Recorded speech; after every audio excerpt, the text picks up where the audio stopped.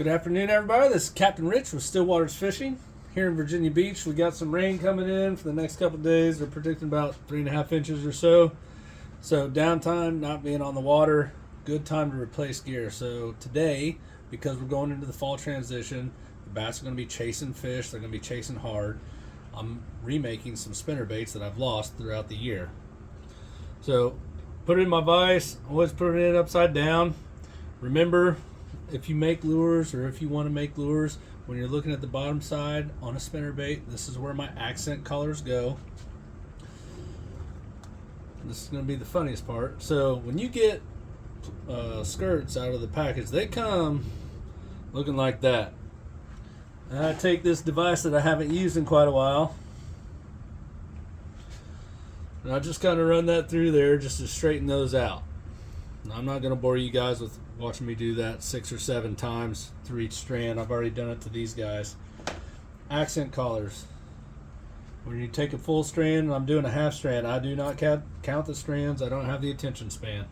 I just kind of like dig part of my scissors in there where it looks like it's about halfway. It looks good to me.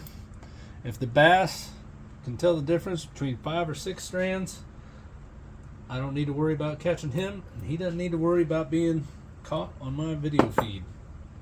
Alright, so we got that. Then I take a little piece of wire, get it off of Amazon. This stuff is, I'm not going to be able to tell you what gauge it is because I threw the packaging away, but I want to say it's like 26 gauge. Just kind of clip off a little piece there.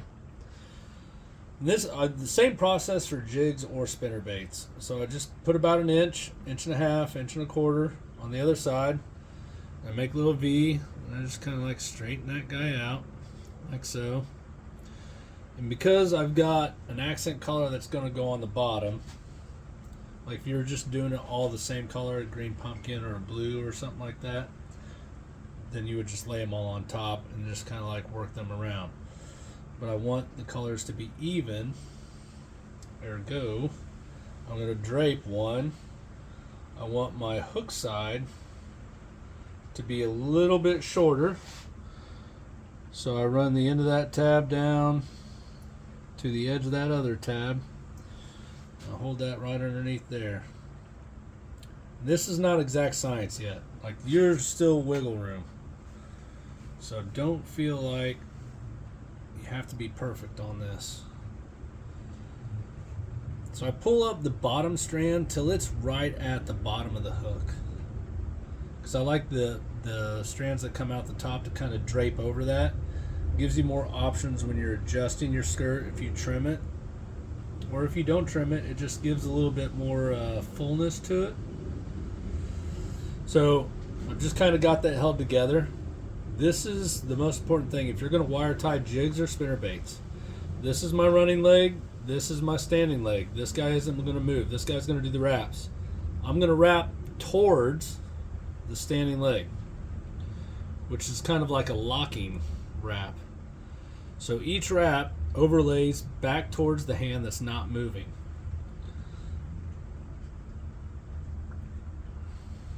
Sometimes the tongue helps. Okay, so now that it's nice and loose, I've moved some things around. So all I want to make sure is that my strands that are on the bottom stay on the bottom, because that's the side that the fish is probably going to see. Right, so I want to make sure my accent color stays there, length is right.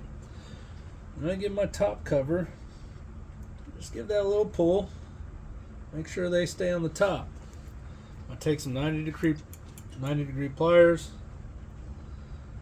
give those a pinch. Sometimes they slip, it's alright. I'm not trying to moor the Titanic when I tighten that down, but just snug enough. All we're doing is holding the fishing skirt in place. Slap on about 8 turns right here. I take some little diagonals, leave about 1/4 of an inch, clip that off, bend that over. Then when I trim my skirts, I put it under tension. Watch it spring out of there. So I do my bottoms one first. Then I come up to the top, pull that accent collar along with it, this is, like I said before, it's not an exact science. You want to be reeling it in such a fashion that the fish doesn't get a great look at it, just gets the idea. Like when you're driving down the highway and you see a sandwich, but you're not sure what sandwich it was. Alright, so there's the skirt. I kind of give that a couple shakes. So a lot of times on the top it'll get a little thin when you tighten up the wires, but that looks pretty good. And then a bulk of my collar and the accent collar are down there. So you can see even after combing it out, some of those strands are still left.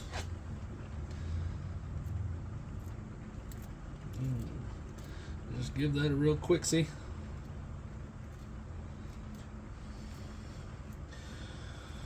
That's about the comb job I used to have in 1998. Alright, so now we're going to put the jewelry on. I do not throw hollow beads on as my first bead, just because I feel like with that hollow bead that it'll actually slip up in there every once in a while, especially if you're fishing it hard on cover. So I always go with the solid bead. I went with the solid bead until it ran away. Alright, so that goes on there. Then your clevis. I just put one side of the clevis on and kind of leave it hang. And I've already done a combination with 3.5 blades with a 4 trailer blade. So I'm going to do a double 3.5. A double 3.5, there's very little resistance at the blades. So that means you can really burn that thing. So if it's a really aggressive bite and that's too much vibration, or it's not moving fast enough, or if you're searching a new lake, or if you just want to, you already confirmed the bite is aggressive, you really want to get out there, put the trolling motor on high, catch a lot of fish, double 3.5, you can absolutely burn that through there and you'll feel very little resistance on your rod. Forward part facing the front of the spinnerbait goes on. Yes, I've made that mistake before. That slides down. Got another little doodad here. So bearing in front, bearing behind allows that clevis to spin freely. People will use beads as a spacer for the clevis to the trail hook. I just use these little plastic guys right there. Slide that on there. The one thing I do on my spinner baits, because I do throw them in like some of the thickest stuff I can find, is I put a locking hitch on it. So you got your little pliers here. And trust me, I used to measure this each and every time, but after doing it enough times, you kind of get the gist. And that by no means I'm perfect every time. So I put that little curl on there. So you can see that is coming up and over. Same pair of pliers. I put that same thing in there, and this just starts the bend. This is the real fun part about getting that locking hitch in there, because metal doesn't always go the way that you want it to. It takes a little bit of finesse.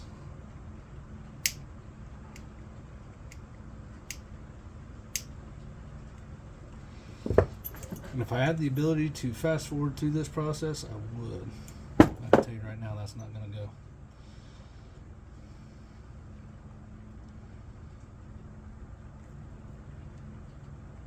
Need a little bit more of a bend on that to get it to play ball.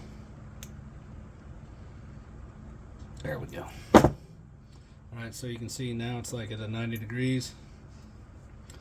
Take these same pair of pliers. Hold, hope, and pray that it squishes down right. And so what you have there is a little folded over hook piece, so that'll never come out and your little clevis won't come off. Alright, so now we're to the trailing edge. Got some snap ring pliers. Got some Worth swivel ball bearings. These are 2.5. So I don't know if you can see from there, but you got like a little ridge down here, and this is all smooth. This is the side that I put going through the water column forward.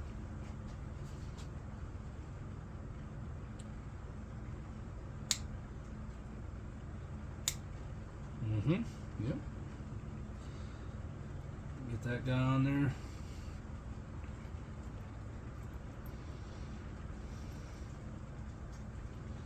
Like so. Going back to the other blade. Now this process might seem like it's quick and easy, but this is like my 4 millionth spinnerbait that I've made. There have been plenty of mistakes made on these.